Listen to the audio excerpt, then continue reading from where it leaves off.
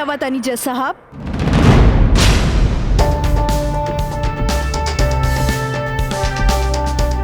हम बताई।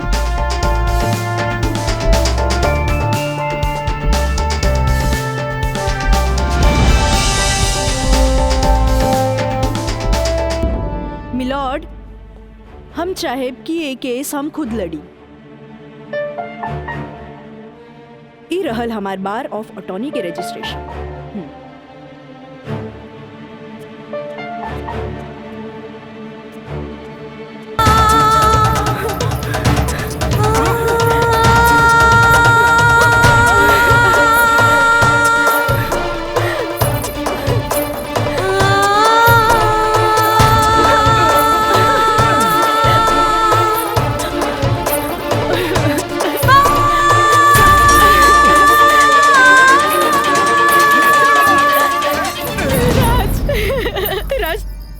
चल गए रे हमरा के छोड़ के। ई महंग तो और काजल के बर्बाद करेंगे चाहत रहे।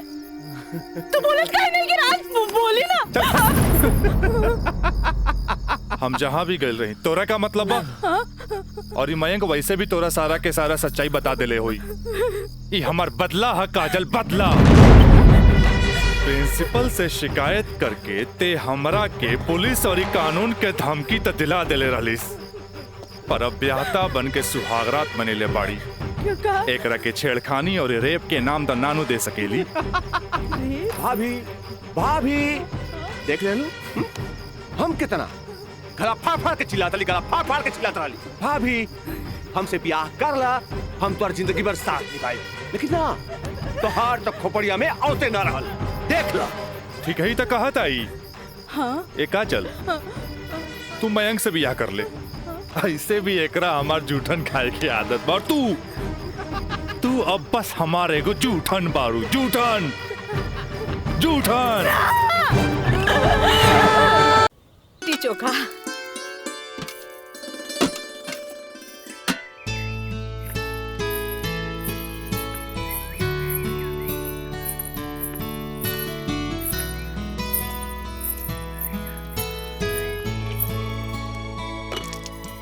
का काजल, कैसन बारू? हम ठीक बानी।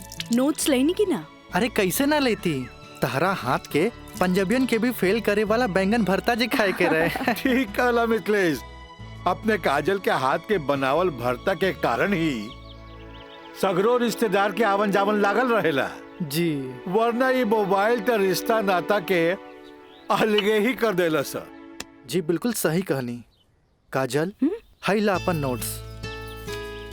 हमार अंदाजा है कम से कम इमे से 2-3 सवाल तो जरूर आई। अरे खा भी मिथिलेश, लिट्टी ठंडा हो जात बा। जी।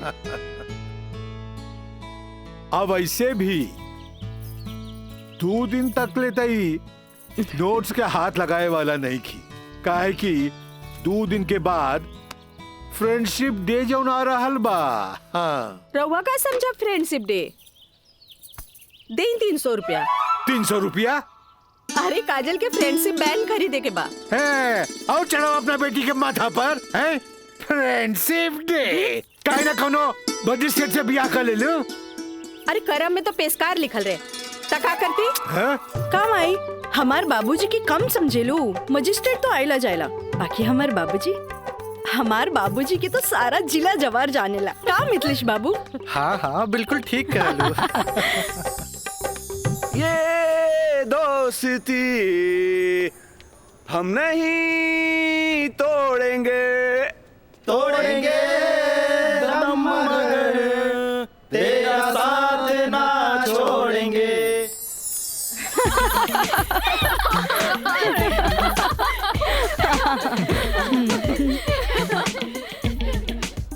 फूल बनके मुस्कुराना भी जिंदगी है, मुस्कुरा के गम भुलाना भी जिंदगी है। क्या बात है। तब मिल मिल के दोस्ती निभाना भी जिंदगी है। अच्छा, हमने के दोस्त तो बरले बानी, बाकी तू कैसन दोस्त की बात कर रहल बाड़ू? ई हमरा समझे में ना आइल। सपना, तू समझ लू का? ना, हमरा तो बिल्कुल ही समझ में ना आई। वही तो। ई का समझी, बाकी हमरा समझ आ गई। कहा तो बता दी। अरे बताओ बताओ। दोस्ती हर चेहरा के मीठ मुस्कान होखेला, दोस्ती ही सुख दुख के पहचान हो खेला। वाह वाह वाह। अगर रूठ भी जाए कोई दोस्त त दिल पे ना लेवे के, काहे की दोस्ती त सुख दुख के पहचान होला। और हमार मानना बाकी अगर कोई सच्चा दोस्त रूठ जाए तो ओकरा के त मना लेवे के चाहिए। बिल्कुल सही। बाकी हम एक कर जरूरत ना समझी, काहे कि बुरा दोस्त कोयले के समान होकेला। गरम होके तो हाथ जला देवेला और ठंडा होके तो हाथ काला कर देवेला। बड़ा आए दोस्ती समझावे वाला। तू लोग सुना इनके प्रवचन, हम जाते अरे हैं। तनी रुका तो।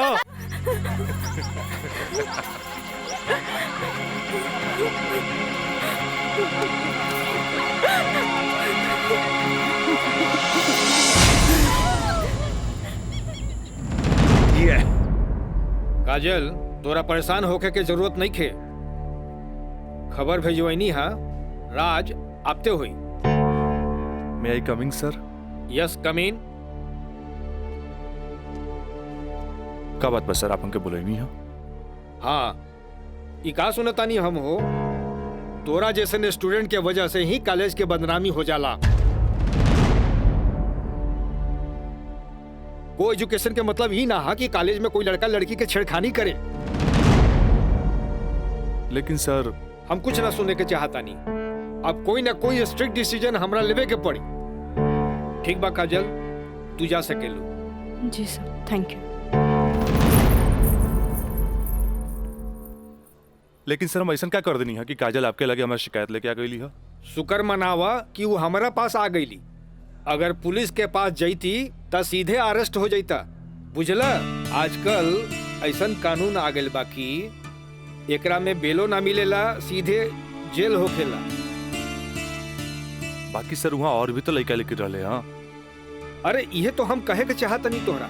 और भी लड़की रहे, इहे लड़की के छेड़े के का जरूरत रहे? वो पेशकार के बेटी के मामला बढ़ जाइत त का होइत? तोहर बाबूजी के हम काम मुंह दिखैती। आइंदा ख्याल रखी है, तू जा सकेला। ठीक बा सर, थैंक यू। मयंक भाई, बहुत टाइम लगिल प्रिंसिपल के यहाँ। अरे तो आबते हो ना। का बात भइल? बड़ा टाइम लागत दला। कहत रहले हाँ, ऐसन के काहे पटावेला जौन शिकायत लेके आवे, ऐसन के पटावा जौन शिकायत ना करे। तो प्रिंसिपल साहब गलत का कहत बड़ा? पता ना काजल में का देख लेले बड़ा कि वही के पीछे भागा जात बड़ा। तोहनी के ना बुझाई, हमरा ओकरे पटावे में मजा आवेला जौना के पटावल मुश्किल बा।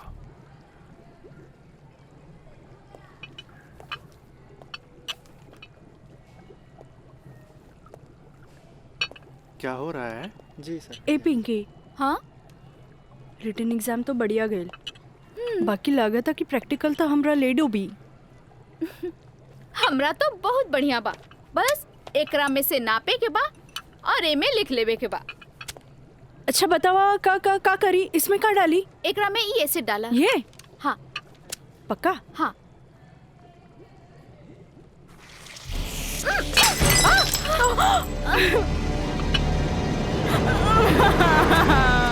अरे काजल! काजल, where are you going? What happened?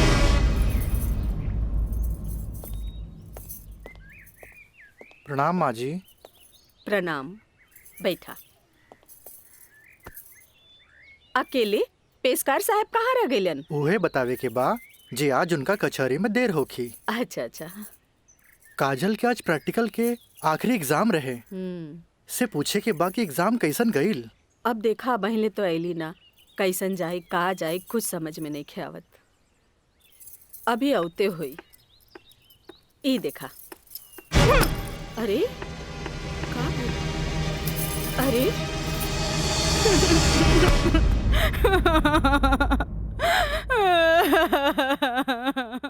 Kajal,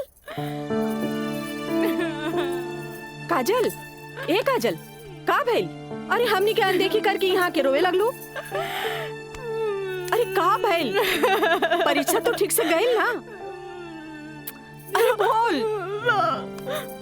practical खराब हो गए, एन वक्त में टेस्ट बुक टूट गए। हम फेल हो जाए भाई, हम फेल हो जाए। अरे का काजल, तू तो बड़ा जल्दी निराश हो जाली। अब केमिस्ट्री थ्योरी में जहाँ तक हमनी सोचले रहनी, कम से कम तोहरा के 40 मार्क्स तो मिलबे करी। अब प्रैक्टिकल में मार्क्स नहीं हो मिली तब पास होके से के रोकी। बाकी मिथिलेश बाबू हम तो प्रैक्टिकल में छोड़ के आ गए नहीं अरे तो का भइल, इन्विजिलेटर 0 ही दिहन ना, इतना हदीर काहे होत बारू। हाँ, एग्जामिनर अगर एकरा के इशू बना ले, अब माइनस मार्किंग करें तब बे फेल होए के बात हो सकेला। अरे तो रो रो के हलकान भैला से का पास हो जेबू। ई देखा था, जा मुँह हाथ धो, भगवान सब ठीक करिए। जा का ठीक करिए। अरे अब कहा होई कुछ समझ में नहीं क्या, कुछ ना बुझाता हमरा के। माँ जी अब रहुआ परेशान मत होई, एकर थ्योरी पेपर बहुते बढ़िया गईल हा। अरे तो तुहार गाइडेंस रहे तबे ना। अरे साइंस के स्टूडेंट रही त गाइड कर देनी, एमे का। ता ठीक बा, अब तू ही समझावा ओकरा के। ठीक है। आइला घूप हो जा चुप। भैया एक सैंडविच लाइए। हाँ हाँ ले।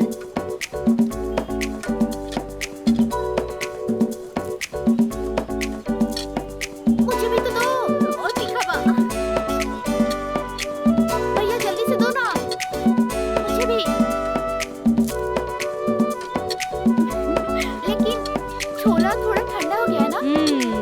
अच्छा बा, ठीक बा। भैया रायदा अब हमरा के चाहिए बस। अरे खाना यार, कहे अभी से एग्जाम में फेल हो गए लुका। हाँ कहे चिंता में बड़ू हो। हाँ चिंता ना रही का, थोड़ा नहीं के। Excuse me girls. काजल, तू तो बुझाता कि अभी लेक हमरा से नाराज बाड़ू। अरे नाराज तो हमहू रही तारा से, पर हमरा हमार दादाजी के सिखावल एगो बात याद आ गई। कोई भले ही बोए तोहरा ला काटा, तू बोए ओकरा ला फूल। देखा काजल, तू तो प्रिंसिपल साहब से जाके हमार शिकायत कर देलू, पर हमरा हमार दादाजी के सिखावल उ बात याद आ गई। भाई तो उनकर पोते नू,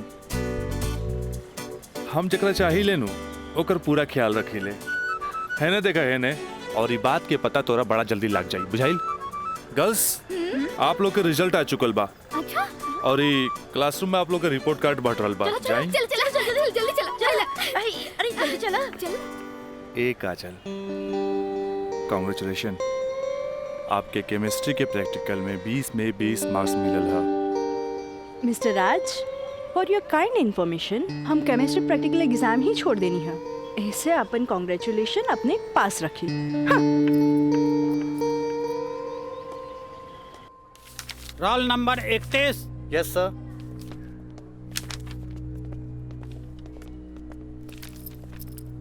roll number 32। Thank you sir.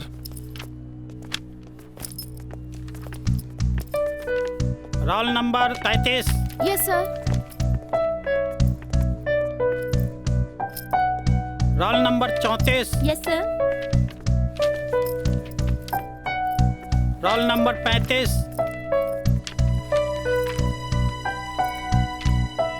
Roll number 36।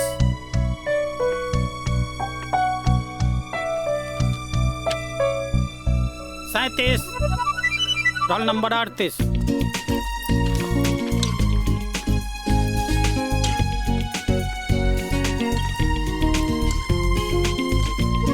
है ना। देखा है ने, और ये बात के पता तोरा बड़ा जल्दी लग जाए, बुझाइल। ए पिंकी पूजा, हाँ का ई देख ना, हमरा के सच में केमिस्ट्री प्रैक्टिकल में 20 में से 20 मिलल। ये जरूर राज के कारनामा है। कहे कि ये इन्विजिलेटर शर्मा जी ओकर बंगले पे तो ठहरल रहलन। ओह हाय मैं मर जावा। अगर तोहरा जगह पे हम रहती ना तो राजा के तो रानी बन जाती। जा बन जा। तारा के देख के ना एगो बात याद आ गई। इया कहे धिया धिया, धिया कहे चिया चिया।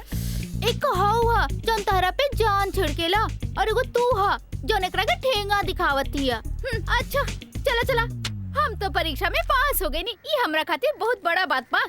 पापा देखिए तो बहुत खुश हो जाइए। हाँ चला चला चला।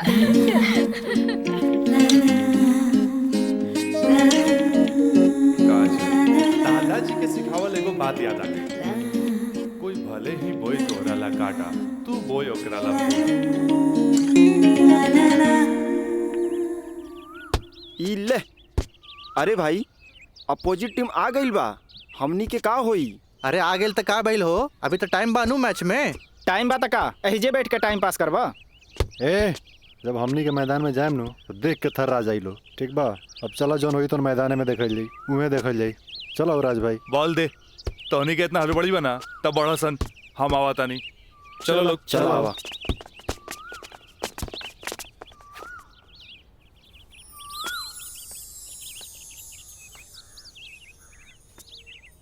सुनो,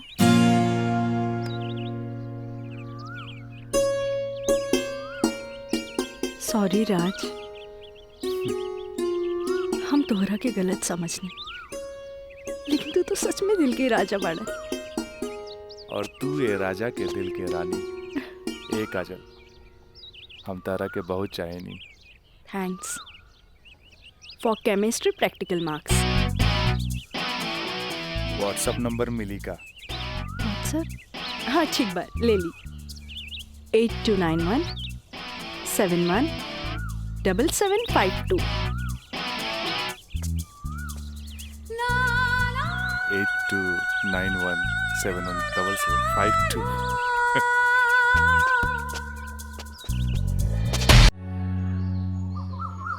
अच्छा ये बताओ यार कि तो हम लोग का मतलब हाँ प्यार कब से चला था? काजल बताओ ना। बाय। काजल, हम दोनों एक दूसरा से प्यार करेले, फिर भी तू हमरा से दूरी बना के काहे रहेलू? राज, हम कोनो ऐसन वैसन लड़की ना है।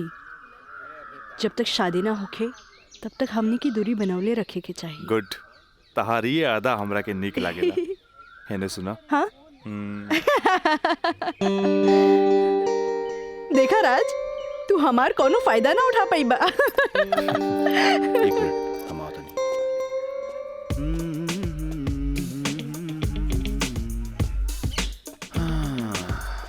राज यार एगो बात बताई। काजल अब यार हमरा के भी अच्छा लगे यार। हम एगो बात बताई। तू हंसुआ के बिया में खुरपी नियन गीत मत गो। वो तो और भाभी लागी। का लागी? भाभी। चल।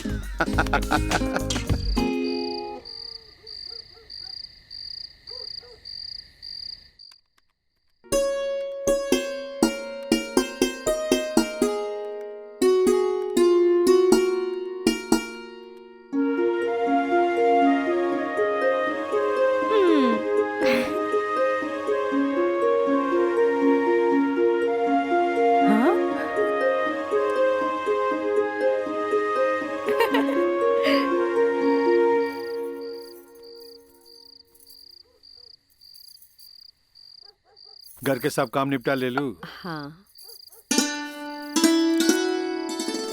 ब्लड प्रेशर के ई लोसर एज खात खात रउआ के सालन बीत गए। अरे एक बेर डॉक्टर से पूछ लेती कहीं गोलियां तो ना चेंज करे के बा। एकर साइड इफेक्ट भी होला। एक बेर हमार बाबूजी के पैर ऐसे ही सूज गए रहे, जब गोली चेंज भइल तो एकदम ही ठीक हो गइल।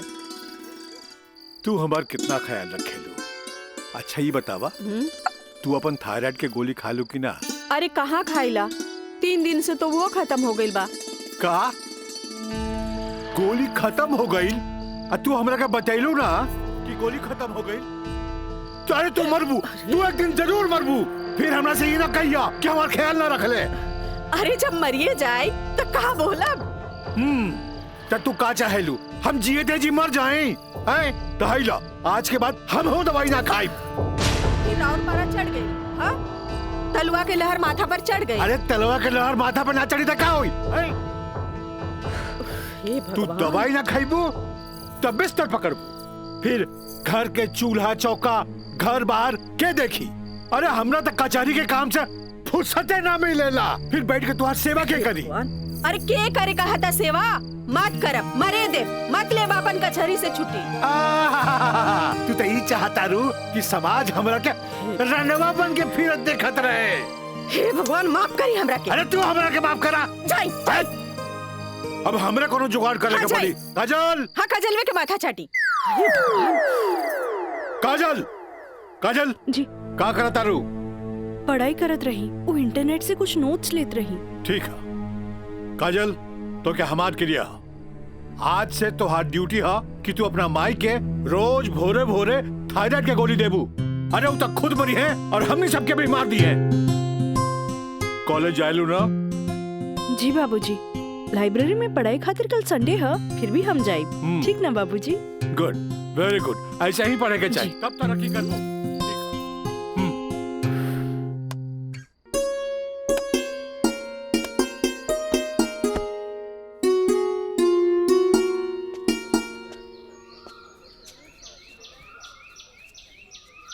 काजल। Thank you. काजल, हम दोनों एक दूसरा के बहुत चाहिए, पर जब हम हमरा फ्यूचर के बारे में सोचिले तो हम देखिले कि हमार बाप के पास बहुत दौलत बा। उनकर दौलत के संभालत संभालत हमार जिंदगी गुजर जाई। हमरा ये आम आदमी नियन नौकरी चाकरी करे के फुर्सते ना मिली। अब बस तू हमरा जिंदगी में हमार जीवन साथी बन के आ जा, तो हमार जिंदगी एकदम मजे में गुजर जाई। ए काजल, तू काहे ना अपना बाबूजी से हमरा बारे में बात करेलू? बाबूजी से? ना बाबा ना, हम ना बोल सकेनी। हमार बाबूजी बहुत गुस्सेल बाड़न। वाह भाई वाह, इकलौता बेटी भैला के बाद भी तू अपना बाबूजी से बात न करबू, काहे कि वो बहुत गुस्सेल बाड़े। और इकलौता बेटा भैला के बाद भी हम अपना बाबूजी से बात ना करब, काहे कि वो बहुत पैसा वाला बाड़े। ऐसा में तो हमनी के सपना धरल के धरल रह जाई। काजल, काहे ना हमनी के भाग के शादी कर ले जाओ? बिना बतैले भाग के शादी कैसे कर सकेनी?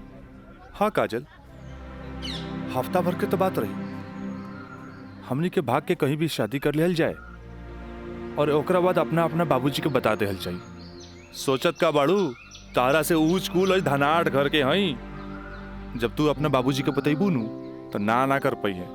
और हमहू जब हमरा बाप के बताएब कि हम भाग के शादी कर ले बानी, तो नाहियो चाहते हुए भी तारा के अपना बहू के रूप में अपना ली है। ए काजल, हम तारा बिना एक पल भी ना जी सकीले। ठीक बा, हम कोशिश करो। इनु भइल बात। अब छोड़ा हम, बाय।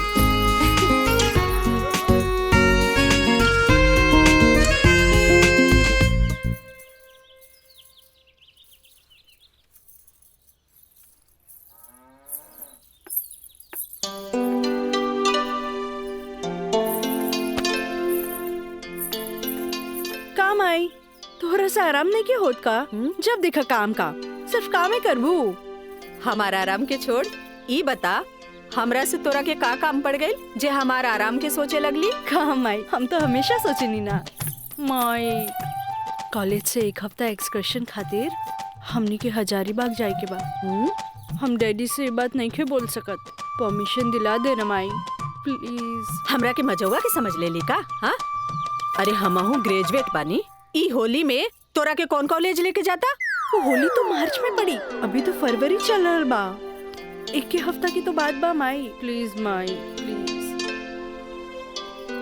अच्छा, तोर बाबूजी आज ऑफिस नहीं खे गइलन, मिथिलेश के संगे बैठल बाड़े। कौनो शादी में जाए के बा, चल कोशिश करत आनी। Thank you Mai, thank you.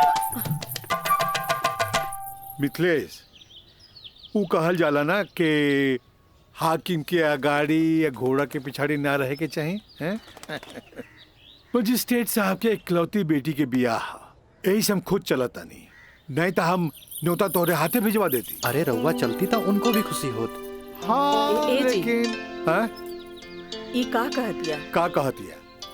अरे कॉलेज टूर पे एक हफ्ता खातिर हजारीबाग जाए चाहतिया। ये एजुकेशनल टूर आके पिकनिक? एजुकेशनल टूर? अच्छा। ना ये तो निम्मन बात हो सर। स्टूडेंट्स के बाहरी दुनिया देखल उतने जरूरी है जितना विषय के ज्ञान।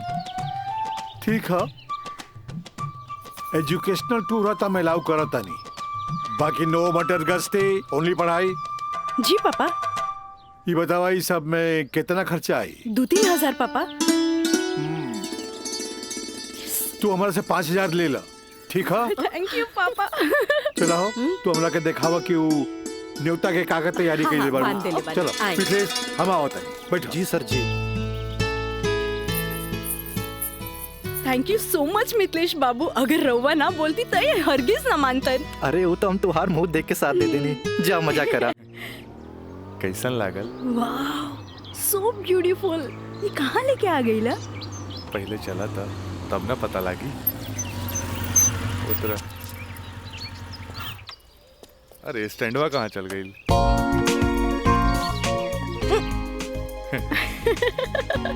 बड़ा धांसू सजीले बा। हाँ चला चली। हाथ तो दा। कहाँ जाए के है? इधर। हाँ इधर।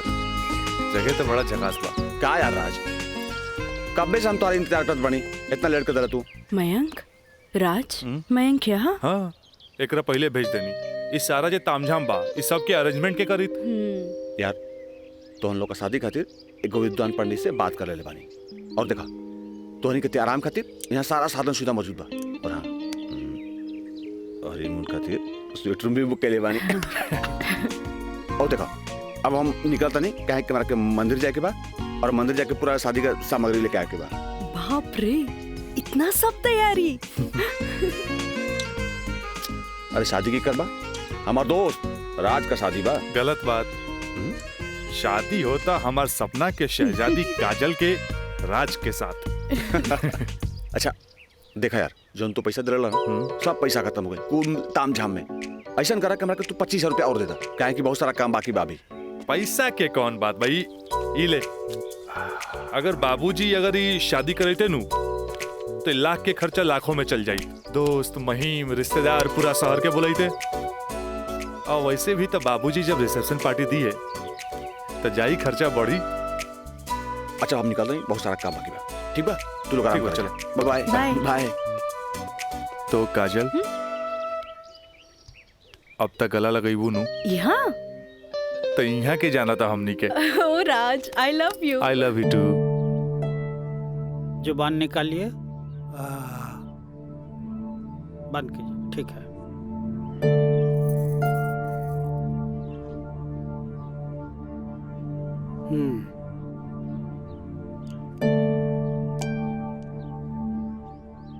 सांस लीजिए और जोर से।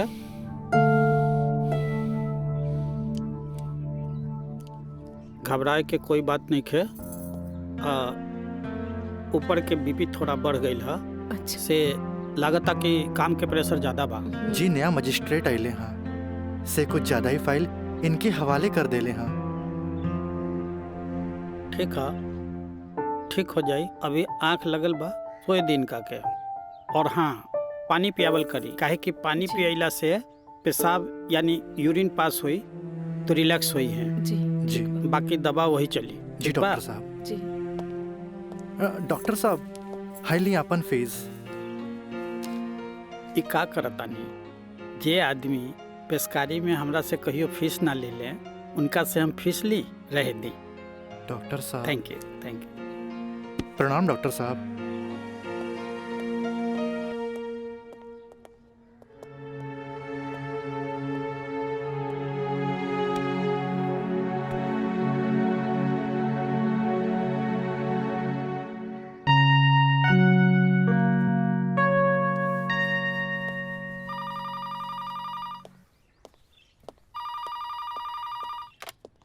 हेलो हम काजल बोले तानी।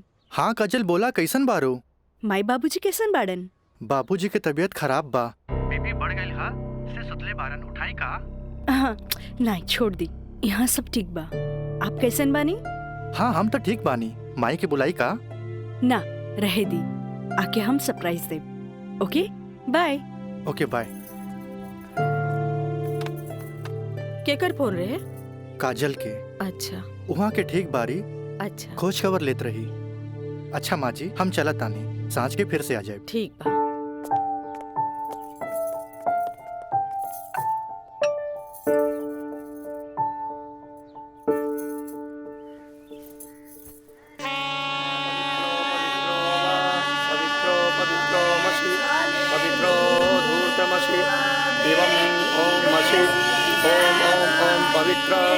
पवित्राः केशवाय माधवाय सर्वेश्वराय अपितृ स्वाहा तत्पुरुषाय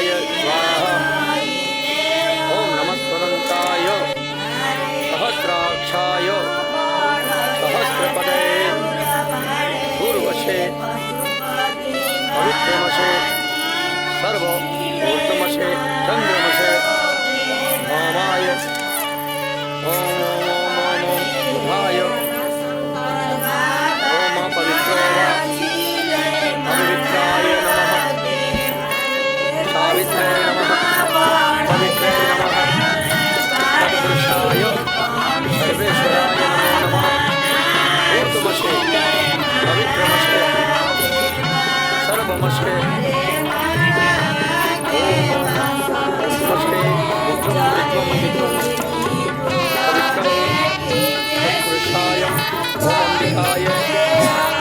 अम्बे अंबिके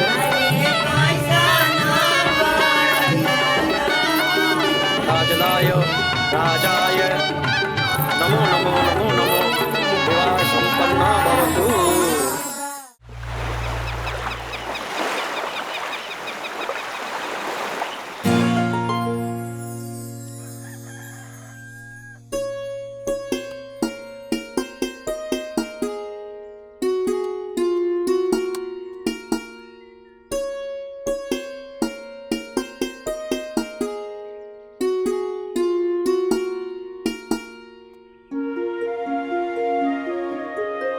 काजल काजल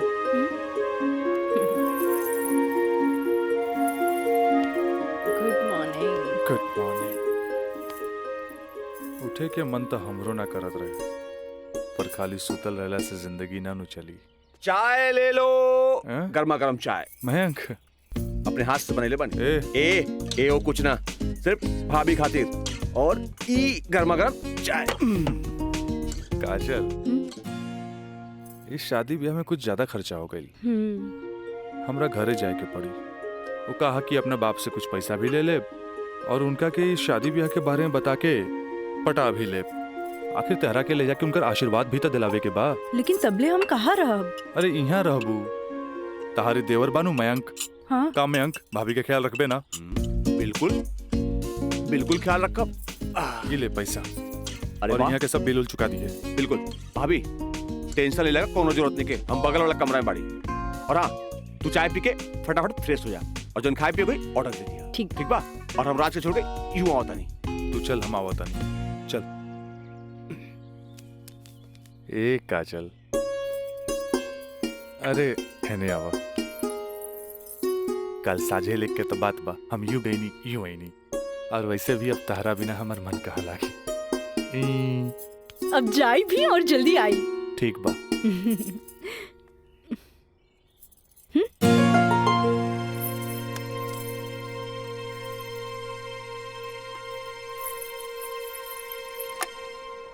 हेलो। हाँ, अरे देख रही हो कि मैं ऑफिस में हूँ, कितना काम पड़ा है, कितनी फाइलें पड़ी हैं, और तुम हो कि ये ले आइएगा वो ले आइएगा। हद कर दिया तुमने यार। मैं कम इन सर? कम इन। अखिलेश बाबू कैसन बाड़न? जी बीपी तक कंट्रोल में है, बुखार के वजह से थोड़ा कमजोरी आ गई है, यही से शुक्रवार तक की छुट्टी की अर्जी दे ले हैं। कोनो बात नहीं के, दिन रात काम करे वाला आदमी के अरे थोड़ा बहुत आराम तो चाहिए ना। जी कह दिया ऑफिस के चिंता न करे जी, जब वो ठीक हो जावे तबे ऑफिस आवे। ला एकरा के फाइल में लगवा दे। Thank you sir.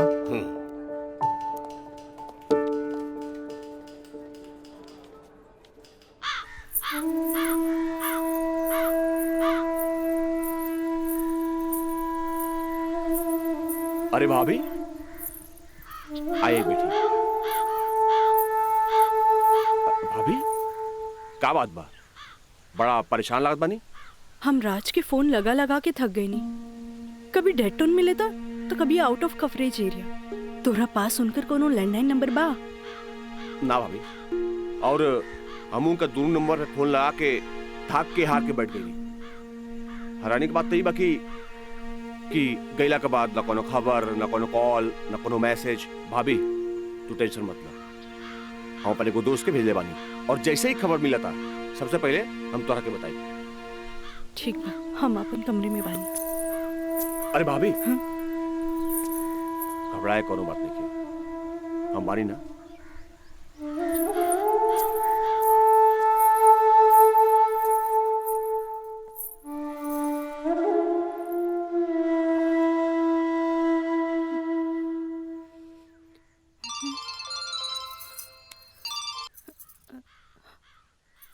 Kajal trip कैसन जा रहल बा? ट्रिप ठीक बा। का बात बा?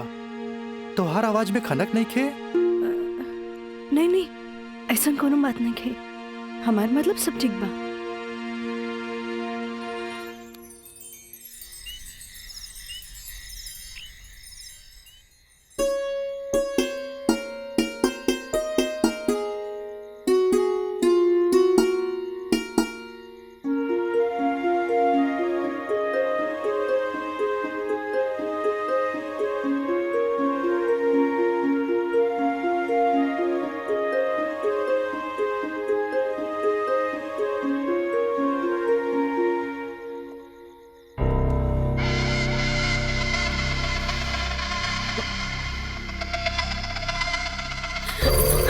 देवर जी, मयंक, ये क्या बदतमीजी है? चल जाइए यहाँ से, वरना राज के बता दे। किसे? राज से? राज से? वो भाग गए? हाँ? आवेला नहीं के? हाँ? तोरा क्या पता? हाँ? ये भी कुछ हो रहा बना? सब ओकरे प्लान के तहत हो रहा बा। वो तो तोरा के भोग के और भौरा जैसन चूस के भाग गए।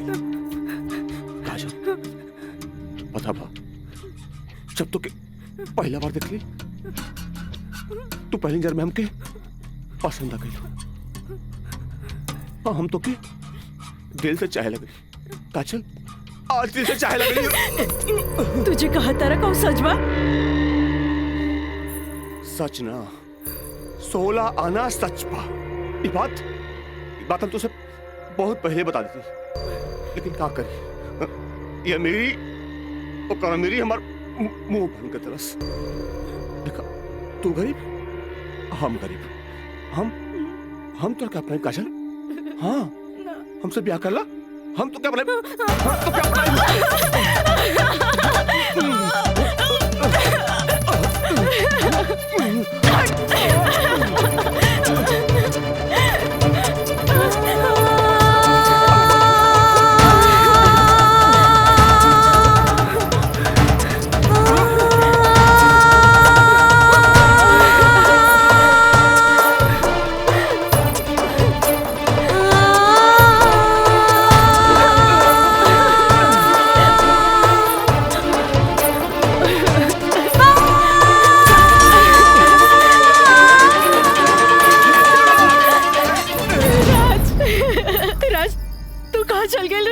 छोड़ के ये महंग तो और काजल के बर्बाद करेंगे चाहत रहे। तू बोलत काहे नहीं कि राज बोली ना। हम जहाँ भी गए रही तोरा का मतलब बा, और ये मयंक वैसे भी तोरा सारा के सारा सच्चाई बता देले होई। ये हमार बदला है काजल, बदला। प्रिंसिपल से शिकायत करके ते हमरा के पुलिस और कानून के धमकी त दिला देले रहलिस, पर अब ब्याहता बन के सुहागरात बनेले बाड़ी। एकरा के छेड़खानी और रेप के नाम द नानू दे सकेली। भाभी देख ले लो, हम कितना गला फाड़ फाड़ के चिल्लाता ली, गला फाड़ फाड़ के चिल्लाता ली। भाभी हमसे ब्याह कर ला, हम तो जिंदगी भर साथ निभाए, लेकिन ना तोहार तो खोपड़िया में औते ना रहल। देख ला, ठीक है ही तो कहत आई। हाँ? ए काजल, तू मयंक से ब्याह कर ले, ऐसे भी एकरा हमार जूठन खाए की आदत बा। तू अब बस हमारे को जूठन बारू, जूठन जूठन।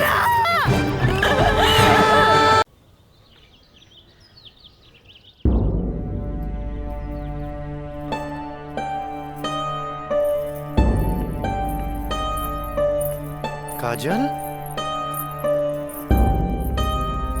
काजल, कहाँ भइल मई बाबूजी के? अरे ये ठीक बाड़न, दवाई खा के सुतल बाड़न। रुका, हम उठा देता नहीं। ना मैं रह दे, आराम करी दे।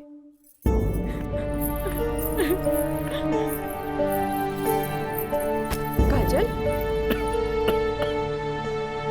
का भइल सर? सर का भइल?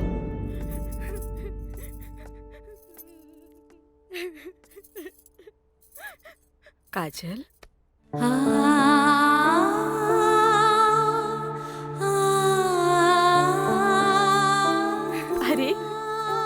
इतना रोवे की कोनो जरूरत नहीं है बेटी। तोर बाबूजी ठीक बाड़न। अरे वो तो बुखार के कारण ब्लड प्रेशर बढ़ गई रहे। इतना परेशान मत हो, इतना परेशान मत हो। माई हमरा से बहुत बड़का गलती हो गई। हम एक्सकर्शन में ना गए रहे, बल्कि हम अपन बॉयफ्रेंड के साथ गए रही और वो हमरा के दगा दे गए।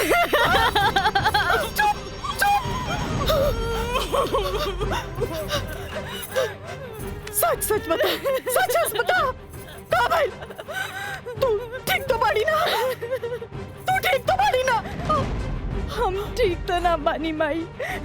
माई तू हमरा के एक वचन दे कि तू हमरा से दोबारा कुछ ना पूछबे।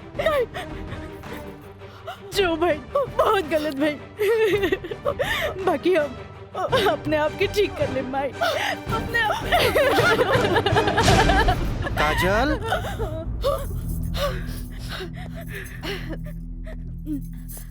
काजल, बाबूजी तोरा के बुलावत आ रहे।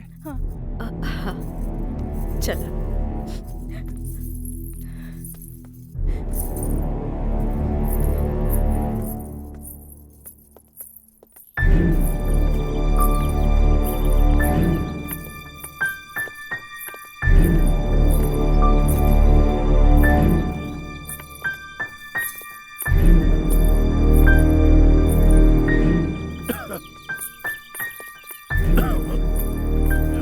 प्रणाम बाबूजी।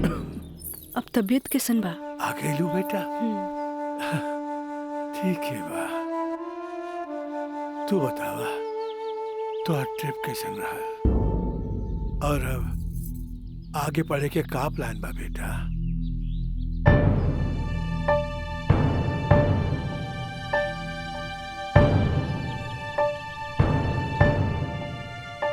बतैलू ना बेटा? पापा हम वो साइंस ना पढ़ के लॉ पढ़े के चाहता नहीं। तो ओकरा में का बात है बेटा? विषय कोनो खराब ना होखेला, पर जरूरत है तो ओकरा में अच्छा करे के। अगर तू लॉ ज्वाइन करे के चाहता रहो तो लॉ ज्वाइन कर ला।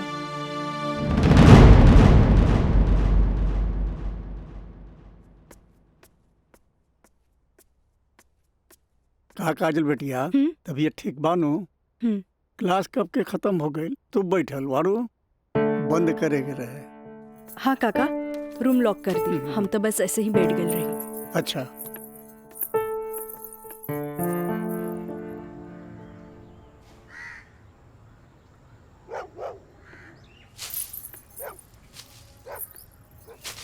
काका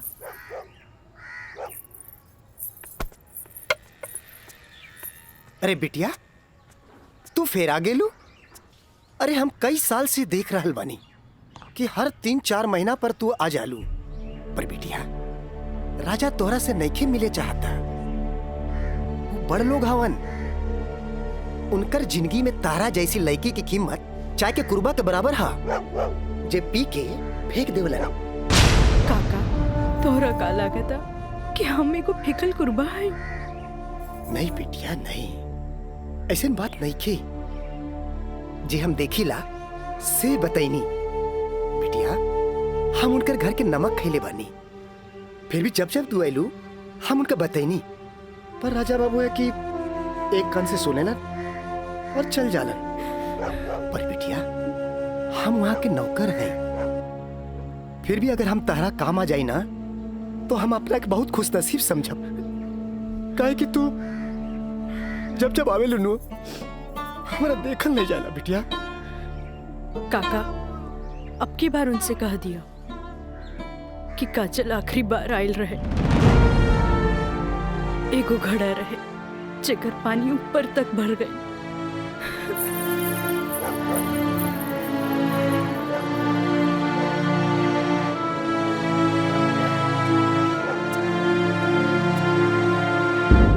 मैडम जी, ये कुछ बिल है, कारपेंटर बिल है, ये टेलीफोन बिल है, और ये लाइट बिल है, और कुछ वगैरह वगैरह काफी बिल है, आप देख लीजिए। माँ, ये मैनेजर साहब तारा के महीना भर के बिल और खर्चा के हिसाब दे देले। अब तू उठबू, उठ के जईबू, अलमीरा खोलबू, चेक निकलबू, फेन आके बैठबू, तब साइन करबू। हमरा माई के कितना काम करे के पड़ी। यही ला हम सोचने की काहे ना चेकबुक वाले के हम ही आ जाई। नीमन कैला।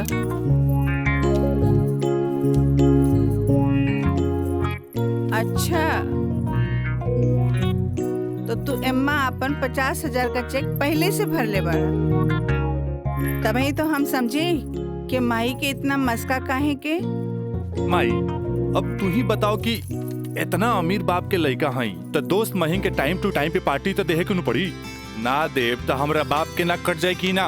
का मैंने सब बिल्कुल राजा बाबू। जी ले अपन बाप का ना कोच कर। इनू भाई हमरा दुनिया के सबसे बेस्ट माई वाला बात। Love you Mai. मैनेजर साहब। जी मैडम। इस सब रसीद आप एक साथ पूरा बिल कह के हमरा के दें। हम एक एक गो चेक काट देते हैं। जी मैडम। ठीक है। जी मैडम। हमरा ई बात के बहुत खुशी बा कि रउआ लोग हमार ग्लोबल कंपनी में इन्वेस्टमेंट करे के चाहता नहीं। ये हमरा खातिर बड़ खुशी के बात बा। बाकी हमरा भी कुछ देखे के चाहिए ना कि हम दिन दुगना रात चौगुना करके रउआ लोग के पैसा लौटा दे ताकि मार्केट में हमार साख बनल रहे। Of course. Excuse me gentleman. बाबूजी, हाँ, आप हमरा से वादा कैले रहनी कि आप हमरा नया कार किन के देब। अब हम खटारा हम ना चलाएं, बुझाइल नु। I want new car, okay? Yes, Raja is right. I am witness. Okay, I will buy car for you. Thank you sir. हम चलता नहीं बाबूजी। तो ठीक बा, रउए कार खरीदा दी। बाकी राउर कार की खर्चा कंपनी के इन्वेस्टमेंट पे दिखावल जाई। Okay, thanks. जेपी साहब, आपका बेटा तो हीरो लगता है। आखिर बेटा के करा हमरे नु। अरे यही तो उम्र में ऐश करे के।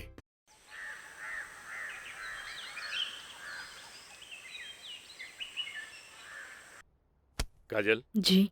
तारा के देख के हमें 4 साल पहले का काजल याद आवतिया। याद है तारा के? मिथिलेश के साथ डरत डरत तू हमरे चेम्बर में आ ललो लॉ कॉलेज में एडमिशन खातिर हैं? ई कानून के पढ़ाई कैसे एगो लड़की के बहादुर और समझदार बना देवेला। काजल, हम चाहता नहीं कि पहला केस तू खुद अपने लड़ा। कैसन रहे? लेकिन सर। तू घबरा मत, हम तारा बारे में केहू से कुछो न कहनी है। देखा, ये वकील लोग अपने क्लाइंट का सिक्रेसी अपने साथे चिता में ले जालन। बैठा। हाँ, तो केस ये है कि मुवक्किल एक गरीब लड़की है जेकरा के शादी का झांसा दे के पहले भोगल गए और बाद में जूठन की तरफ फेंक दी। वो दहेज के केस न कर सकत रहे काहे कि वो गरीब रहे। वो रेप के केस न कर सकत रहे काहे कि वो अपने घर वाले के मुंह पर कालिक न पोते के चाहते। वो प्रताड़ना का केस भी न कर सकत रहे काहे कि वो घर में कब्बो रहली नहीं। अब वही मुवक्किल का केस तो के लड़े। अब वही गरीब लड़की का केस एक पढ़ल लिखल समझदार वकील के लड़ेगी। काजल, हमरे नजर में तू एक मर्द लड़की बाड़ू। हमें फख्र बा कि तू हमारे असिस्टेंट बाड़ू। आई एम प्राउड ऑफ यू बेटा। जी सर, थैंक यू।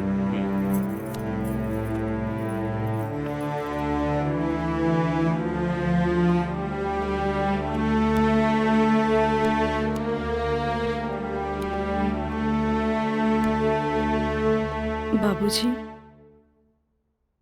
लड़की हर मोड़ पे डरत रहेली।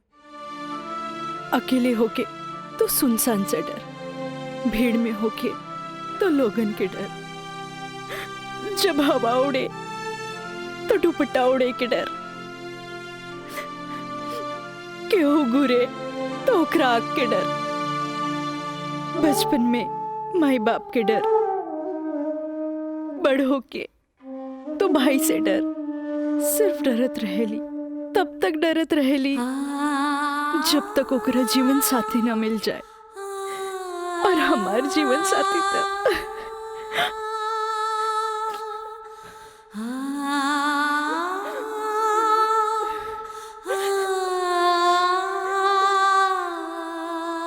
बाबूजी,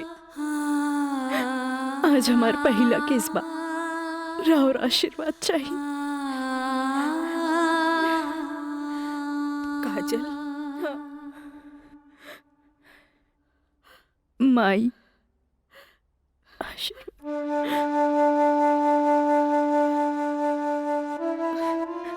तोरा के वचन तो हम दे चुकल बानी, कुछ ना पूछेगे।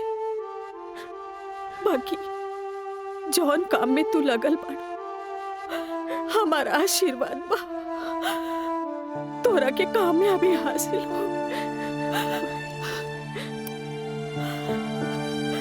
चल।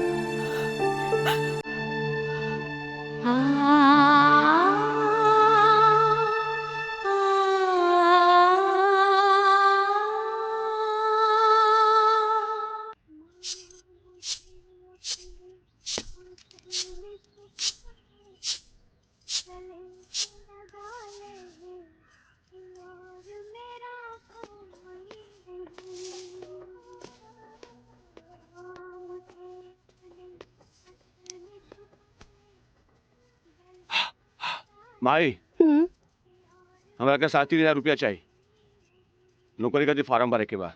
का है वो तो हाथ दोस्त राजा, वो ना करेगा तोरी मदद।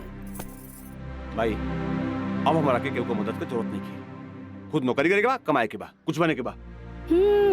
यही तो हम कहा था नहीं, उम्मीद हो चलल, नौकरी ना करबे तो कौन बाप अपन छोकरी तोरा से ब्याही। हमरा का, हमार जिंदगी के का, आज है कल ना रहे, फिर बहुत हो गए भाई, चल पैसा दे। दे पैसा, तोरा से मुंह लगाए बेकार है। पैसा पैसा पैसा। हाँ हाँ दे। देता नहीं।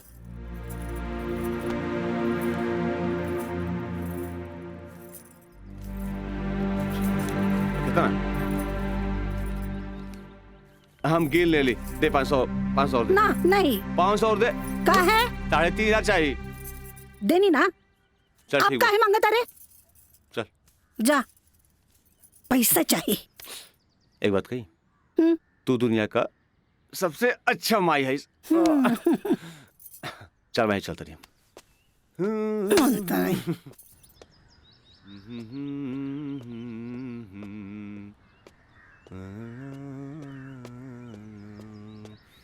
मयंक,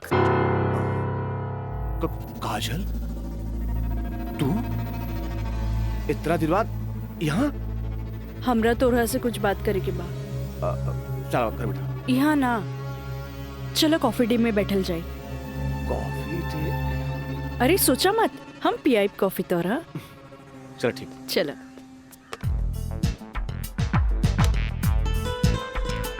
इला। Thank you. पिया ना।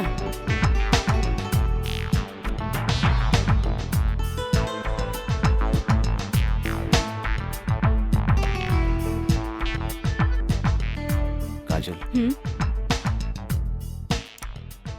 आज तोरा के यहाँ देख के बहुत अच्छा लगा था।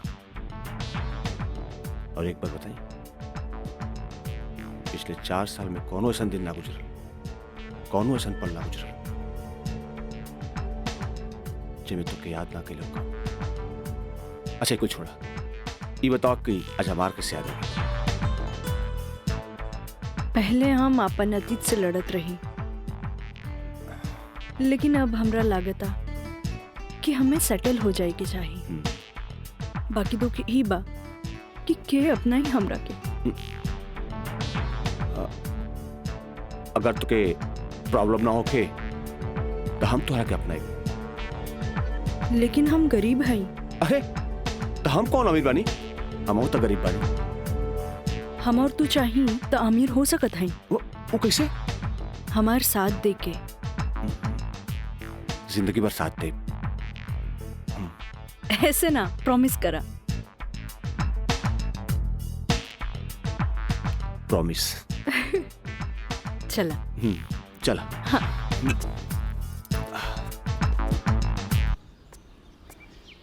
मितलेश जी, कोनो देर तो ना भइल? अरे ना बाबा, पहले ई बतावा भइल का? मयंक से साथ देवे की वादा ले लेनी है। अब तू अपन मिशन में कामयाब जरूर हो जाएगी। आगे देखी, लेट्स गो। सुनी, एगो बात कही, सब कुछ जलना के बाद भी आप हमें हेल्प करत हैं, ऐसे हम कबो ना भूल सके। पहले तो ना, पर अब सोचे लगनी है कि जिंदगी के हर लम्हा में आपके जरूरत पड़ी। चला अब चली, तोरा घरे छोड़ दी।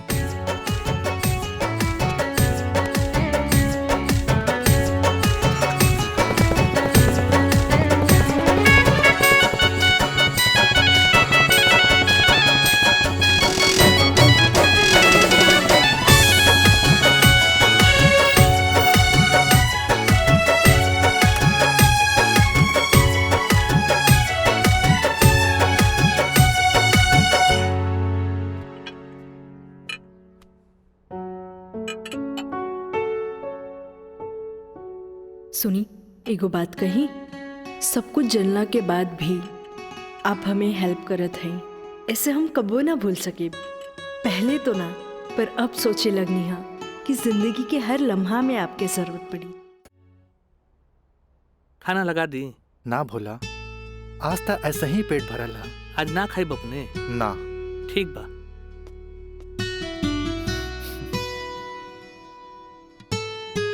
मैं पंडित देवी दत्त शर्मा। का कहनी है? देवी दत्त शर्मा।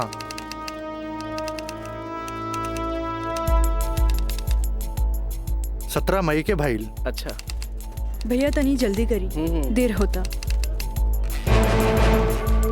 ली। दी।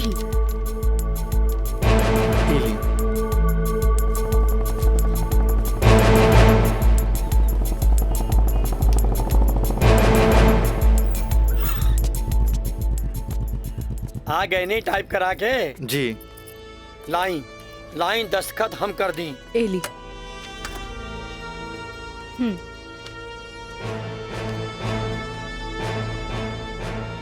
जय गणेश। ई कामता हो गई।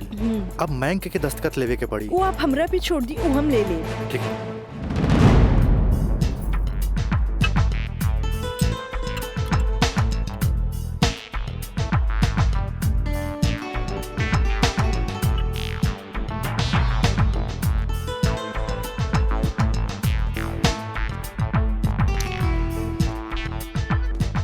हेलो।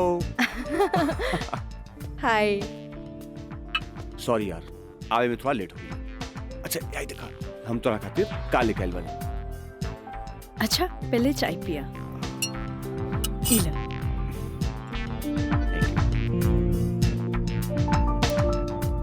अंगूठी? सोना के? हाँ। वो है इतना हल्का? मन तो रहे कि हीरा के लेके आई थी, लेकिन का करी, पैसा का तंगी। अच्छा ई बतावा, खुशहाल जिंदगी जिए खातिर तोहरा कितना पैसा चाहिए? 20 लाख। अगर हम तोहरा पूरी 50 लाख दी तो कैसन रही? उसे ही रही, समझ ला अनार के आंख मिल गई। तो चला फटाफट ई पेपर पे साइन कर दे। अरे पढ़ा मत, यही से हमनी करोड़पति बन जाए। हाँ, हाँ ल। ठीक है। डॉलर भी कदम तो गिरब तो हर बहिया में ना।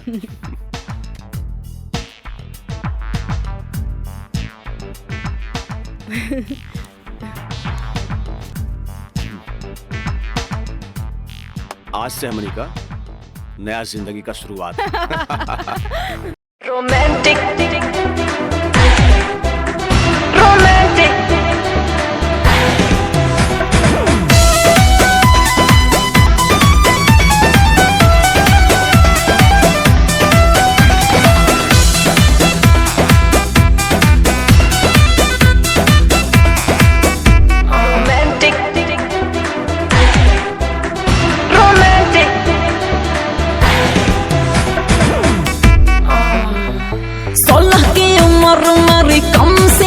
जवानी, खोज रही हूँ ऐसा मुंडा जो हो खानदानी।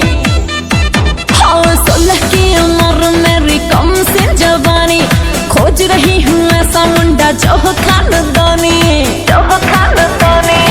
इंग्लिश नहीं चलेगा ना चलेगा हॉटी, ना चलेगा हॉटी। तो कैसा चलेगा?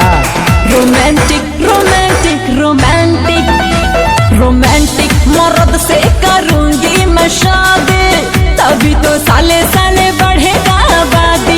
रोमांटिक मर्द से करूंगी मैं शादी। मीना, मंजू, रेखा, कस्तूरी के डांस देख के कुछ समझ में आयल? अरे सरकार के देख के बाजार बदल जाला, बाजार के देख के साहूकार बदल जाला, आ घोड़ा के देख के सवार बदल जाला, शिकारी के देख के शिकार बदल जाला।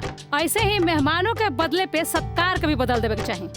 अरे पहले के जमाना कुछ और रहे कि मर्द नाजो आदा पर लुट जात रहे, लेकिन अब जमाना बदल चुकल बा।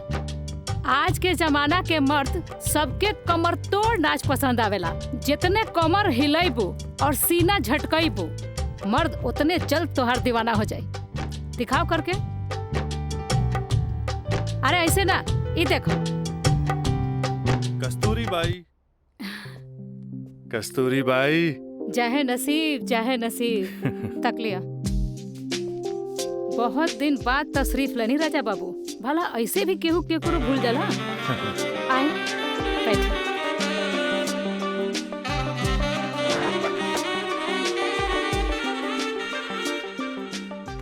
ना कस्तूरी बाई, हम भुलाइल नहीं की।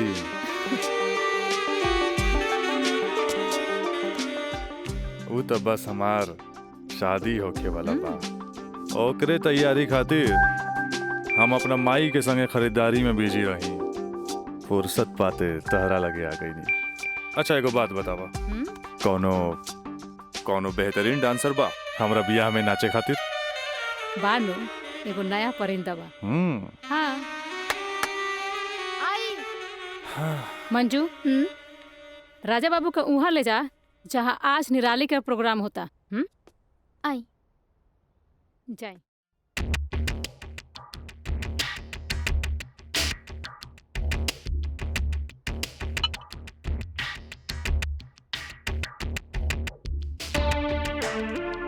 कस्तूरी, तार निराली हमरा बहुत पसंद आई।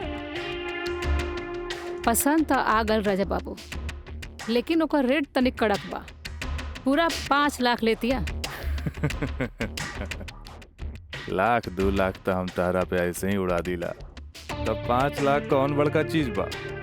ओकरा से कह दिया हमार बियाह में अगर कमर तोड़ नाच करी ना, हम ओकरा सोना ना जराओ हीरा के अंगूठी दे, उहो अपना तरफ से।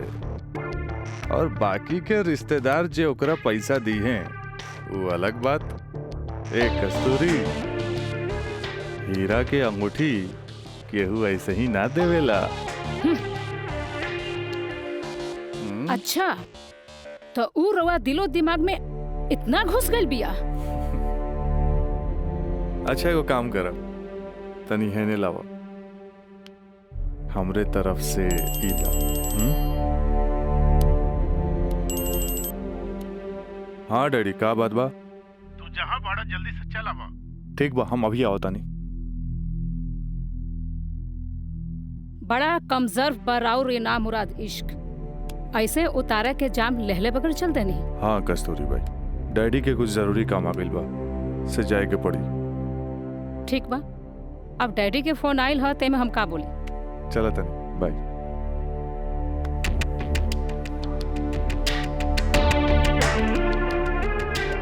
हीरा के अंगूठी तो दे गई, लेकिन तेरा दिल में गड़ल निराली के तीर निकाले के पड़ी।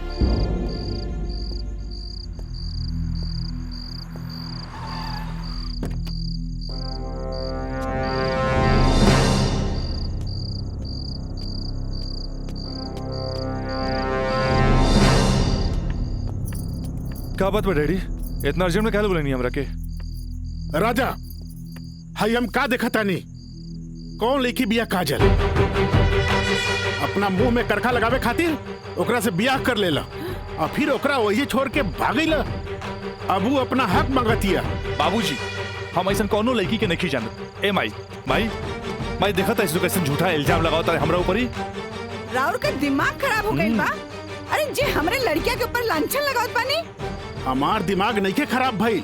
हाई देखा हाई कोर्ट से नोटिस आइल बा। भगवाने बचावा घर के लगा था कि जगदम्बिका पाल के नाक कटिए के रही। केस नंबर 5078 काजल सिन्हा वल्द स्वर्गीय अखिलेश प्रसाद सिन्हा व राजा सिंह वल्द जगदम्बिका सिंह।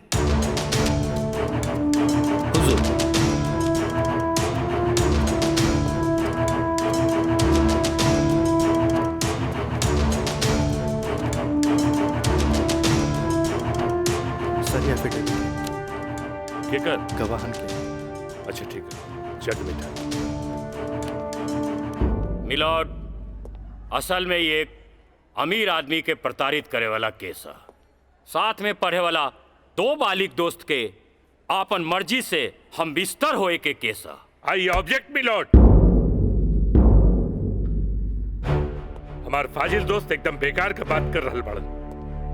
सच्चाई तो यह है कि हमार मुवक्किल काजल का बिया राजा के साथे बाकायदा मंदिर में भैल रहे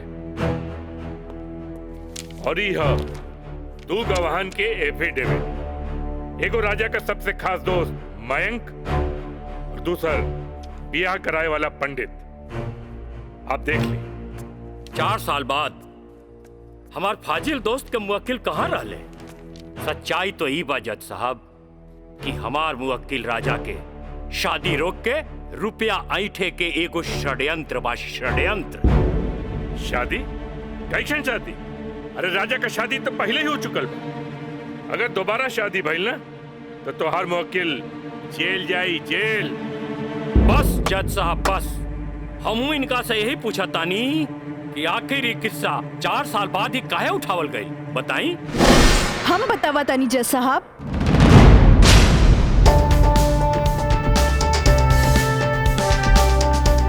हम बताई।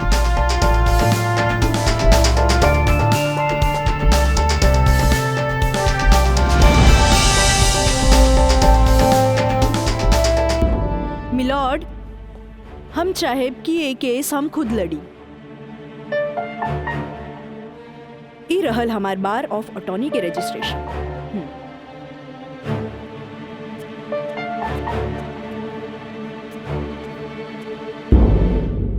ओके, you can proceed. Thank you sir. आशीर्वाद दी। खुश रह। चल। मिलॉर्ड, बचाओ पक्ष के वकील बार बार पूछा तारे कि 4 साल हम कहाँ रही। मिलॉर्ड, 4 साल इनके मुवक्किल राजा जैसन तमाम मुजरिमों के सजा दिलावे खातिर ई चोंगा बहुत जरूरी रहे।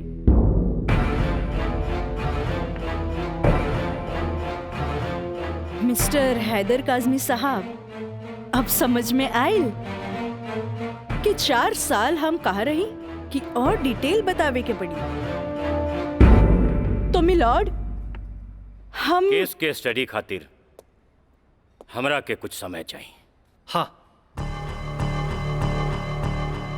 कोर्ट इंस्ट्रक्ट करती है कि राजा की शादी रोक दी जाए जब तक कोर्ट का फैसला ना हो जाए। बचाओ पक्ष के वकील की रिक्वेस्ट पर यह कोर्ट मुअत्तिल की जाती है।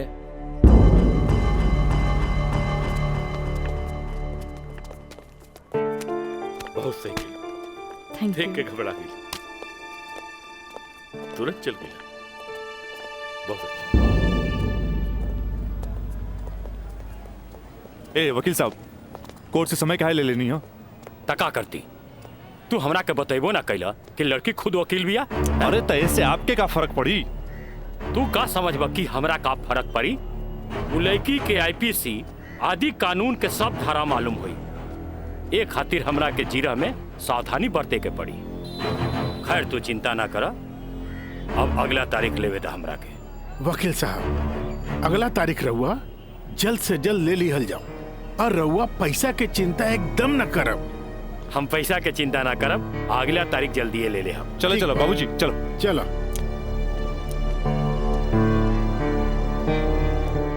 हेलो, हाँ, अब फिक्र करे के बात नहीं के। अरे तहार काम हो जाई, हम समझ गए नहीं, एकदम में समझ गए नहीं। हाँ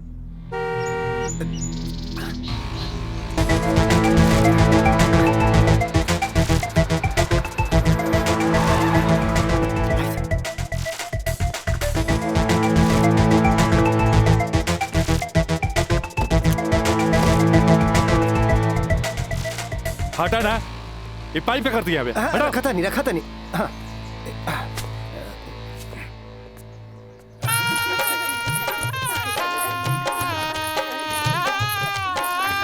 बंद करो इस नौटंकी, ये शादी ना हुई।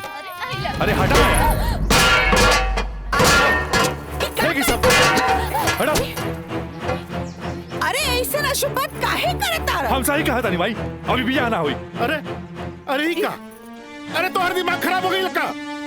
बियाह करे से पहले हमरा से पूछ लेना रहा का? का जरूरत है ऐसा बियाह करे के? का करती? वैसे ना मानत रहे हम कानून से बच्चे के खातिर बियाह के नौटंकी कर देनी। जाके ओकरा बुला करके घर लिया बा। अरे बाबूजी, अगर ऐसा ला के खड़ा कहीं नू तो ऐसा कितना पतो से तारी घर भर जाई बुझाइल। तो फिर का करबा तू? अब हम देखे हमरा का करे के बा।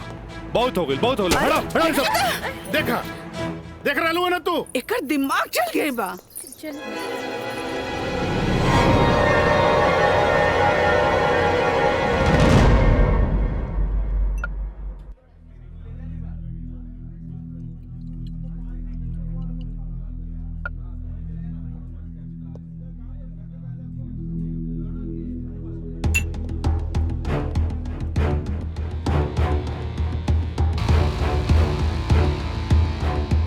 बोलो राज, का बात बा? पहले पेट तब भी बहुत दिन का बाद मिलल बा।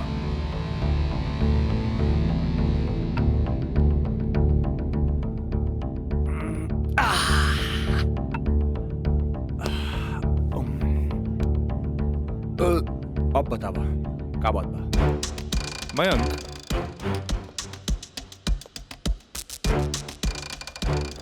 भाई तोरा अपन बयान बदले के पड़ी।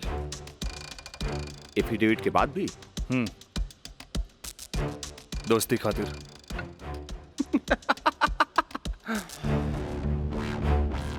अब बयान देवे का कीमत काजल 50 लाख लगल गया। बयान बदले के बाद बयान बदले का कीमत 1 करोड़। 1 करोड़? यस, 1 करोड़। कहे से कि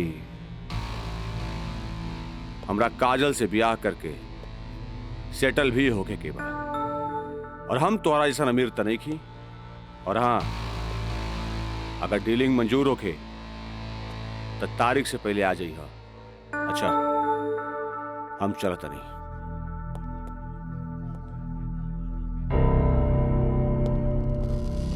हमार बिल्ली हमरे से म्याऊं।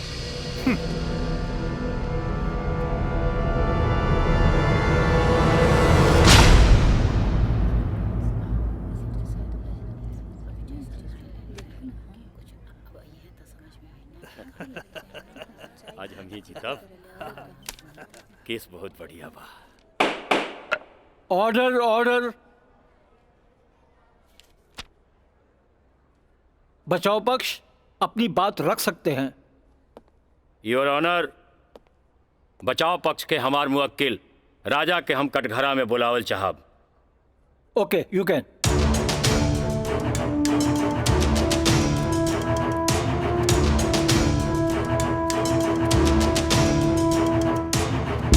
हम गीता पे हाथ रख के कसम खाता नहीं, जे भी कहब सच कहब, सच के सिवा कुछ न कहब। हाँ तो मिस्टर राजा, आप अपन बचाव में का कहल चाहते नहीं? जज साहब, हम ये बात माना तानी कि हम और ये काजल कॉलेज के दिन से एक दूसरे के चाहता नहीं। अपना अपना मर्जी से हम दोनों भाग के शादी भी मंदिर में कर लेनी। होटल के बिल और ही शादी के खर्चा कुछ ज्यादा हो गए रहे, यही से हमरा घर वापस आए के पड़ल। पर जज साहब हमार इरादा बिल्कुल नेक रहे। हम सोचनी कि हम घर वापस आके अपना पिताजी से कुछ पैसा भी ले लहब और उनका के शादी के बारे में कुछ सच्चाई भी बता दे। जज साहब हम बिल्कुल निश्चिंत रहे कि काजल के देख रेख ला वहां हमार जिगरी दोस्त मयंक तो बढ़ले बा। पर जज साहब जब हम वापस लौट के गई नहीं था वहां के नजारा देख के तो हमार होशे उड़ गई। जज साहब हमार नई नवेली दुल्हन काजल हमारा जिगरी दोस्त मयंक के बहिया में गलबहिया खेलत रहे। I object milord. ई सरासर झूठ बोलत जा रहलन ह। Objection overruled. मिस्टर राज, आप अपना बयान जारी रखिए। जज साहब तब खटाक से हमारा दिमाग में एक बात याद आ गई कि कॉलेज के दिन में हमार जिगरी दोस्त मयंक हमरा से बोले रहे कि वो काजल के पसंद करेला और काजल भी ओकरा के पसंद करेली। पर जज साहब हम सीधा साधा आदमी हो मेरा तेकरा देवर और भाभी के मजाक के रिश्ता समझ लेनी। लेकिन जज साहब ई सरासर झूठ बोलने जा रहल बारन। I object milord. हमार दरख्वास्त बा वकील साहिबा से कि इनका जे कुछ भी कहे के बा बुलैला पे कटघरे में आके कही है।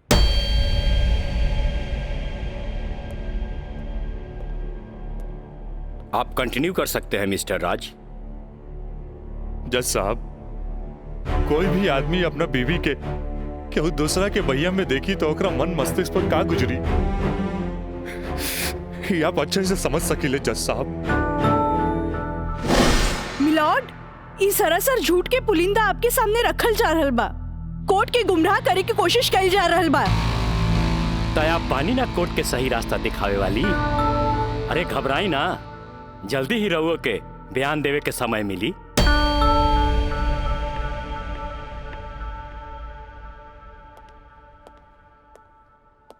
यू कंटिन्यू मिस्टर राज। जज साहब समय के साथ साथ हम तो अपना आप के समझा लेनी और एक बुरा सपना समझ के हम सब कुछ भूल के काजल के अपनावे खातिर भी तैयार रही। हम आज भी काजल के अपन धर्म पत्नी मानी ले, अपन धर्म पत्नी मानी ले हम काजल के। That's all, my lord। हम चाहत कि वकील साहिबा काजल सिन्हा के कटघरे में बुलावल जाए, वो भी वकील के तौर पर ना, मुद्दई के तौर पर। इजाजत है।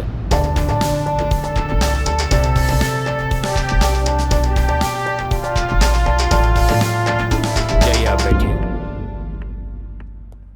हाँ तो काजल सिन्हा जी, हम चाहत कि आपन प्रेम कहानी अपने ही जुबान से बयां करी।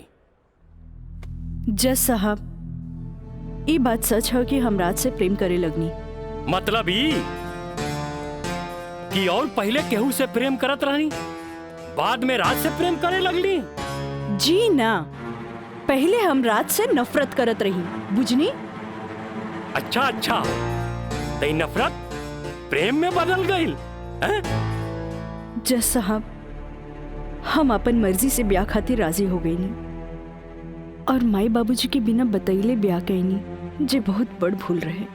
ब्याह कहनी तो सुहाग रात तो मनैले होई बुना। आई बताई मर्जी से कि बिना मर्जी से मनैले रहलू? वकील साहब दुनिया की हर लड़की जब अपन मर्जी से बिहाईली तो उस सुहाग रात भी अपन मर्जी से ही मनावेली ना। हम ए से पूछत रही कि जब सुहाग रात मनावत रहलू तब बगल के कमरा में राज के दोस्त मयंक रहलन ना? तका भइल मयंक के हम शुरू से देवर के तौर पे देखत रही। अरे देखत भी रही कि मानत भी रही? मानत भी रही वकील साहब, मानत भी रही। जज साहब यहाँ तक की कहानी तो महज एक कहानी बा। जे हर लड़की के जीवन में आवेला। बाकी सेक्शन 420 तो यहाँ से शुरू हो गई कि एगो पति विश्वास में लेके अपन पत्नी के देवर के संगे छोड़ के चल जाला और उहे देवर अपन भाभी के इज्जत के तार तार करे में हर मुमकिन कोशिश लगा देला। बेचारी औरत कैसे भी अपन इज्जत और जान बचा के भाग चलेली और फिर पति मिल जाला और वही कहला कि जे कुछ भी भइला ओकर नाम अब तू रेप तो ना दे सकेलू, काहे कि वो शादी के बाद भइला।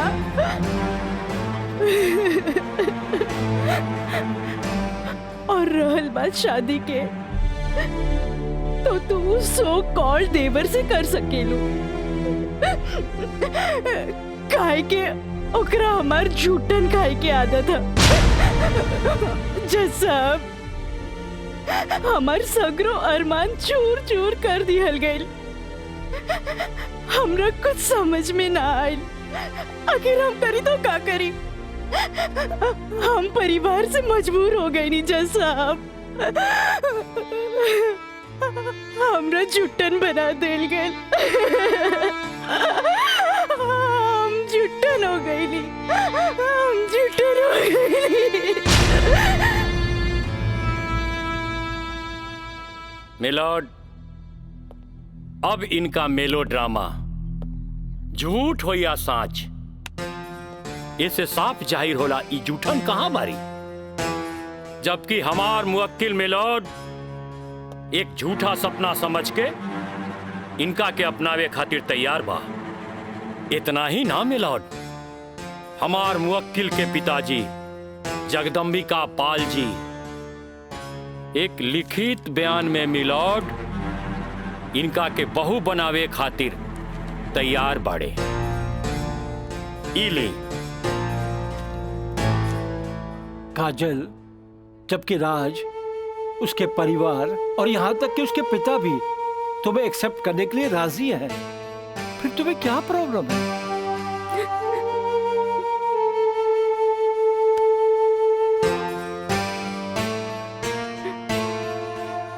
तुम बोलती क्यों नहीं हो?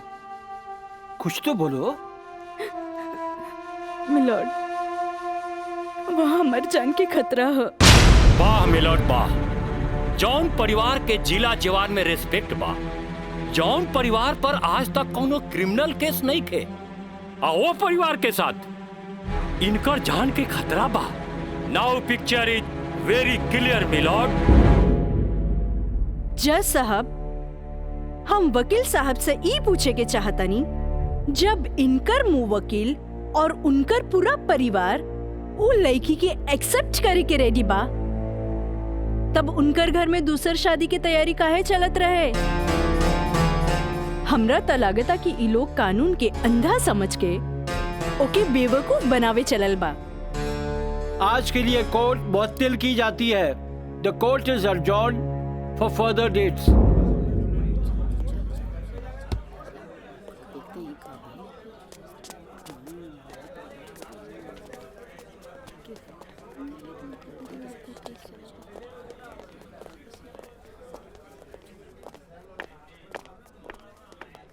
वकील साहिबा, अरे वाह, तू तो बड़ा चालाक बड़ू हो। एफिडेविट करवा के मैं के तू अच्छा यूज कैलू। आपके के कह दलस कि कोई वकील के सबूत इकट्ठा करे खातिर चालाक ना होके के चाहिए। बाकी चालाकियों में भी हम तोहर बापे निकला। और अगला डेट में दूध में ऐसा पानी मिलाई, देखते रह जाओ।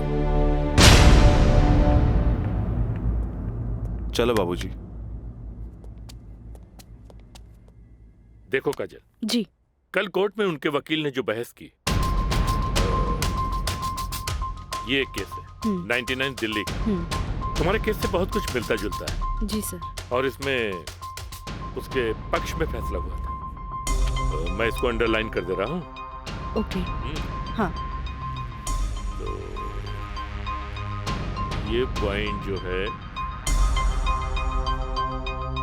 ये पॉइंट ध्यान से पढ़ लेना। जी सर। हैं? और कल तुम्हारी बहस में ज्यादातर ये बातें होनी चाहिए। ओके। समझ गई ना? मिथिलेश जी थोड़ा ध्यान रखना, ये सारे पॉइंट्स इसके दिमाग में बैठ जाने चाहिए, क्योंकि सारी बहस इसी पर होनी है। जी कल की बहस बहुत इंपॉर्टेंट है। जी सर। ये बुक ले जाओ, अच्छी तरह से इसकी स्टडी कर लेना। जी सर। ठीक है, जाओ बेटा। Thank you sir. God bless.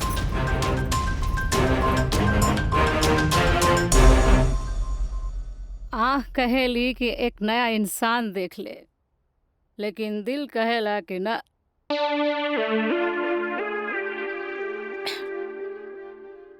कि वह शख्स एक दिन लौट के जरूर आए।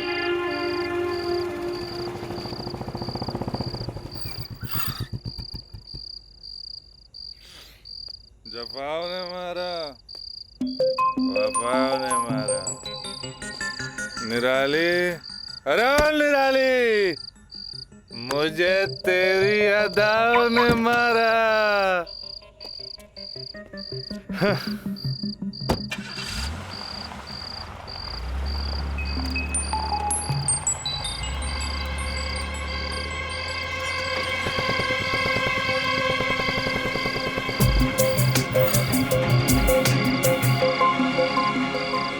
राज यहाँ प्रोस्टिट्यूट एरिया में?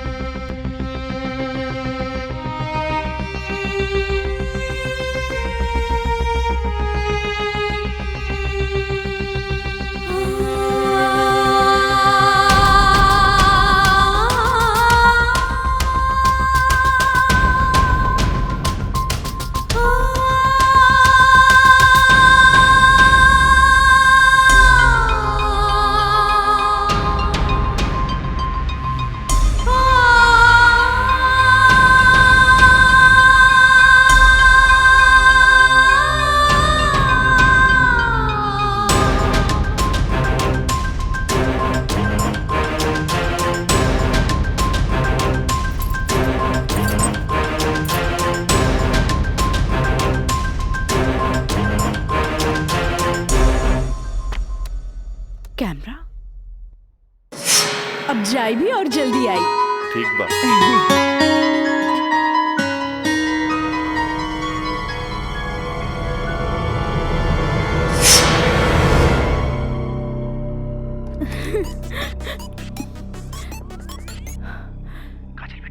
हाँ काका, काजल बोलतानी।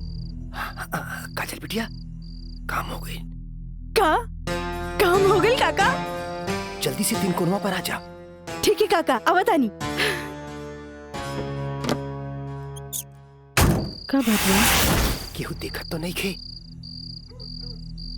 इला तार दिहल कैमरा और ई रहल कैमरा के चिप। बिटिया हे भगवान, बहुत बचबुचा के आइल बानी ताकि केहू के शक ना हो। थैंक यू काका। अरे रीका बिटिया, देखा बिटिया, भगवान के घर में देर होला, अंधेर नहीं खे, और भगवान तारा बहुते कामयाबी दी है। अच्छा बिटिया जी। अच्छा बिटिया, हम जाता नहीं। ठीक बा।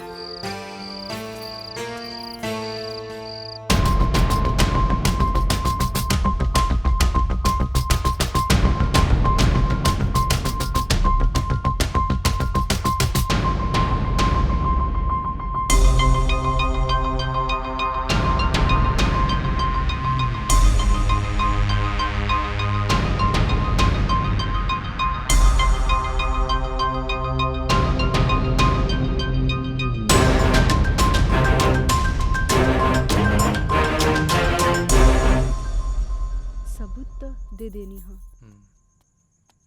बाकी सर आ गए ले।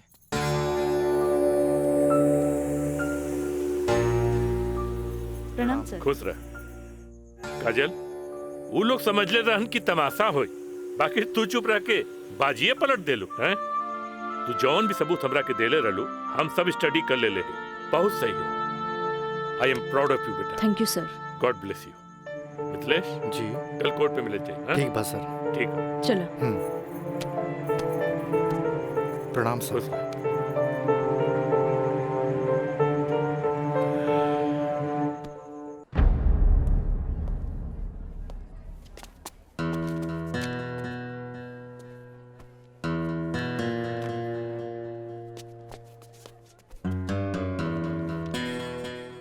अदालत की कार्रवाई शुरू की जाए।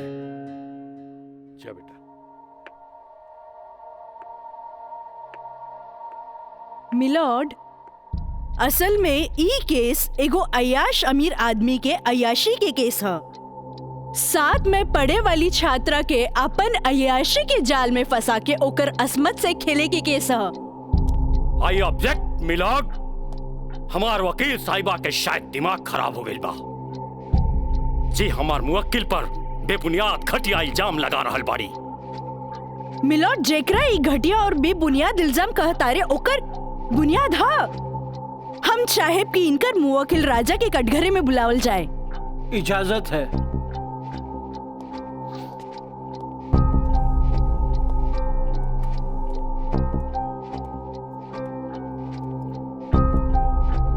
जज साहब, ई उहे आदमी है जे लड़की के चाय के कुर्बा समझेला, जेके पिया और फेंक द। इनकर अयाशी के सबूत के तौर पर हम अपन एगो गवाह पेश करे के चाहतानी। इजाजत है।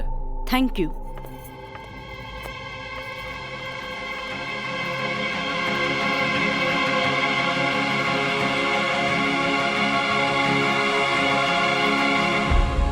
जज साहब, इस शहर के जानल मानल तवाइफ कस्तूरी बाई है।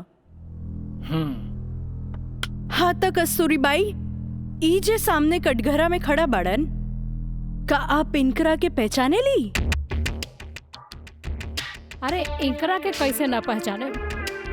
ई तो हमार पुराना ग्राहक राजा हवन। Good, thank you. अब जा सकेनी। हाँ तो जज साहब। I object milord. हमार वकील साहिबा हमार पर्सनल क्लाइंट के केस के रुख के बदलल चाहता रही। आखिर केस के ई बात से का वास्ता? वास्ता है जज साहब, वास्ता है। जॉन परिवार के रिस्पेक्ट के गुणगान हमार वकील साहब करत आ रहल बारन, वो परिवार के एक लौता बेटा के चरित्र से वास्ता कैसे ना रही? बताइए जज साहब। अब हम अपन अगला गवाह राजा के कॉलेज के प्रिंसिपल एनके गॉड के पेश करे के चाहता नहीं। इजाजत है। Thank you. प्रिंसिपल श्री एनके गौड़ हाजिर हो।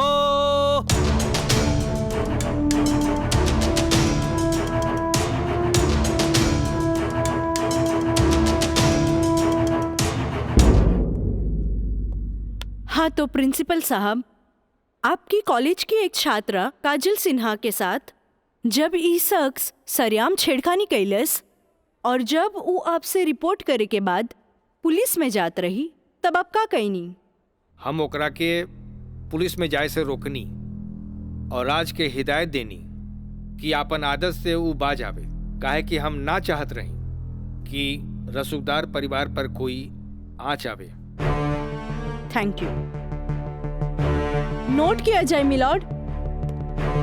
रसूखदार सुनल गई ना जज साहब? हमार वकील साहब के हिसाब से जॉन परिवार पे एक भी क्रिमिनल केस ना है।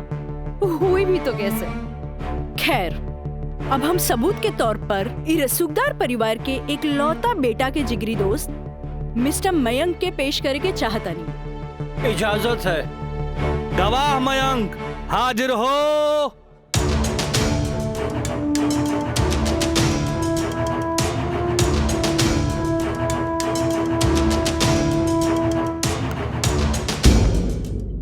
हाँ तो जज साहब। जज साहब, हमार वकील साहिबा खामोखा अदालत के वक्त के बर्बाद कर रहल बाड़ी और उस सवाल के जवाब देवल नहीं की चाहत जेमे बियाहता के पति और पति के पूरा परिवार बियाहता के रखे खातिर तैयार बा।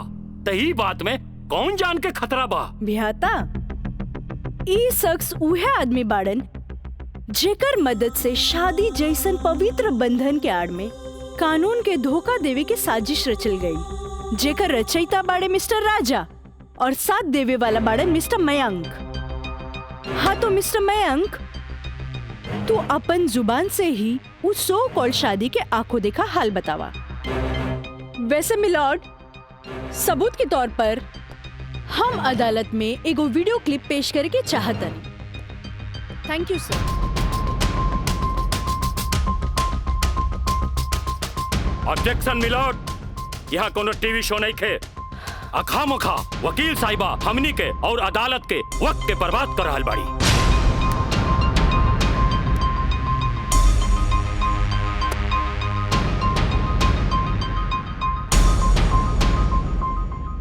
जज साहब, वीडियो क्लिप में साफ दिख रहल बा कि दुल्हा दुल्हन के दाएं बाएं ना बल्कि आमने सामने बैठाल गईल ह, जे हिंदू रीति रिवाज से बिल्कुल गलत बा। और ऐसे नहीं से भइल काहे कि पंडित से शादी ना करावल गई, एक बहरूपिया से पंडित के रूप धरावल गई। आप यही क्लिप के साथ पंडित के बयान खुद से देख ली। जज साहब, हम रेलवे कर्मचारी हैं। रुपया के लालच हमरा के नकली पंडित बने पर मजबूर कर देलस। जज साहब, हम एक गरीब आदमी बानी और पैसा का लालच बड़े बड़े लोगन के अच्छा और बुरा समझे को शक्ति के छीन लेला। हम तो एक गरीब आदमी बानी। दोस्त के कहला पर हम एगो भलता आदमी के पुजारी बना के इन लोग का ब्याह करवा देली। आखिर हम भी क्या करती। जज साहब, काजल की खूबसूरती का हम दीवाना हो गई और काजल के पावे खातिर हम समाज और कानून के हर सीमा के भी लांग गईली। हाँ तो जज साहब, हमार दूसरा वीडियो क्लिप देखी जे ई साबित कर दी कि धारा 420 से शुरू हो करके धारा 376, 375, 362, 361, 120B के उ लड़की के साथ अंजाम दिल गल बा। और जज साहब, लगे हाथ हमार दूसरा वीडियो क्लिप भी देख ली प्लीज।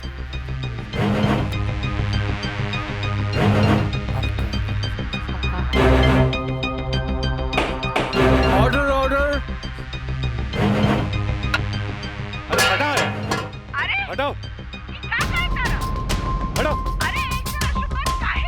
हम सही कहा था नहीं भाई, अभी बियाह ना हुई। तोहरा के बियाह करे के कौन कहले रहे?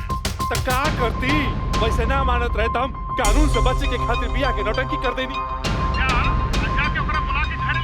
अरे बाबूजी, अगर ऐसे ला के खड़ा गई नू तो ऐसा कितना पतों से तारी घर बढ़ जाई बुझाई।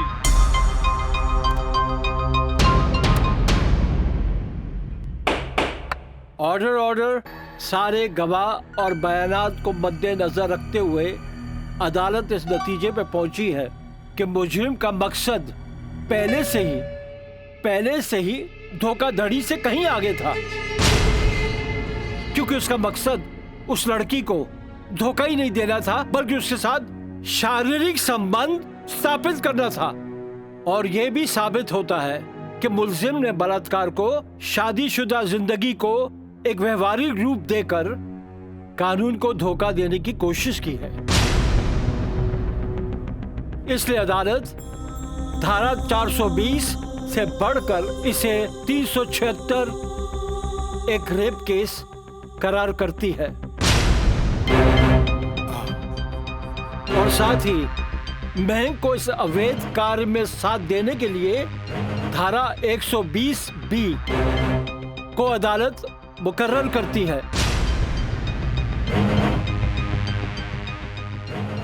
धारा 376 के तहत मुलजिम राजा सिंह को 9 साल एवं उसके साथी महंग को धारा 120B के तहत 4 साल बामुशक्कत कारावास की सजा देती है और पंडित देवी दत्त को नौकरी से बर्खास्तगी के साथ IPC 34 एवं 120B के तहत 2 साल की सश्रम कारावास देती है। और अदालत जगदम्बिका पाल सिंह जैसे हर अमीर बाप को यह हिदायत देती है कि पुत्र के मुंह से उनके उल्टे सीधे कारनामों में बेटों का साथ ना दे। और इन्हीं फैसलों के साथ अदालत आज बर्खास्त की जाती है। Thank you.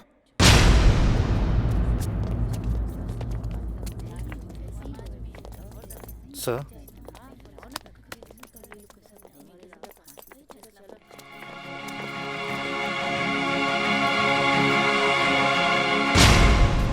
ए बेटा, हम तोरा बिना हम कैसे जियब रे? ए बाबूजी हम आज बात जान गए नहीं कि झूठ कितना भी ताकतवर क्यों ना होके सच के आगे हमेशा छोट पड़ जाला। एक औरत अगर अपना आदमी के बना सकेली तो वह औरत अपना आदमी के बर्बाद भी कर सकेली। बाबूजी हम कबो औरत जात की इज्जत ना कईनी, उनका के अपना पाव के जूती समझनी, पर हम भूल गए रहनी की जन धन दौलत पे हम इतना घमंड करे ले। बाबूजी वो तो एगो लक्ष्मी के रूप है। बाबूजी हमारी गलती माफी के लायक तो नहीं खे, पर हो सके तो हमरा के माफ कर दे। बेटा, तुहारी पश्चाताप के आंसू में तुहार पाप सब धुल जाई रे। चलिए इंस्पेक्टर साहब।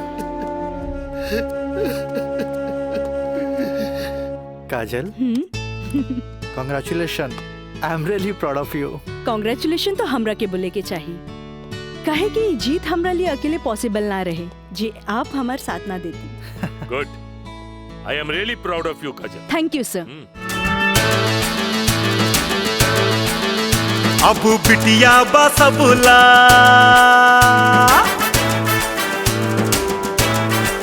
हो, अब बिटिया बसबुला अबला ना बोझ रे। आइल में का जमाना सोच भइल सोझ रे। अब बिटिया बसबुला अबला ना बोझ, आइल में का जमाना सोच भइल सोझ रे। अब कानून बाटे साथ हाथ नइखे कमजोर रे।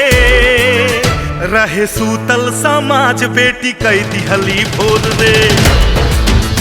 अब बिटिया बसबुला अबला ना बोझ रे।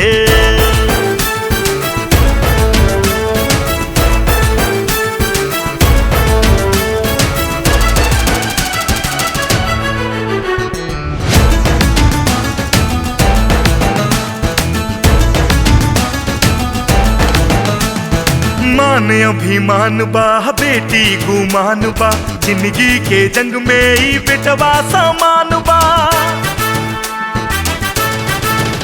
अभिमान अभिमान बा बेटी गुमान बा, जिंदगी के जंग में ही बेटवा समान बा।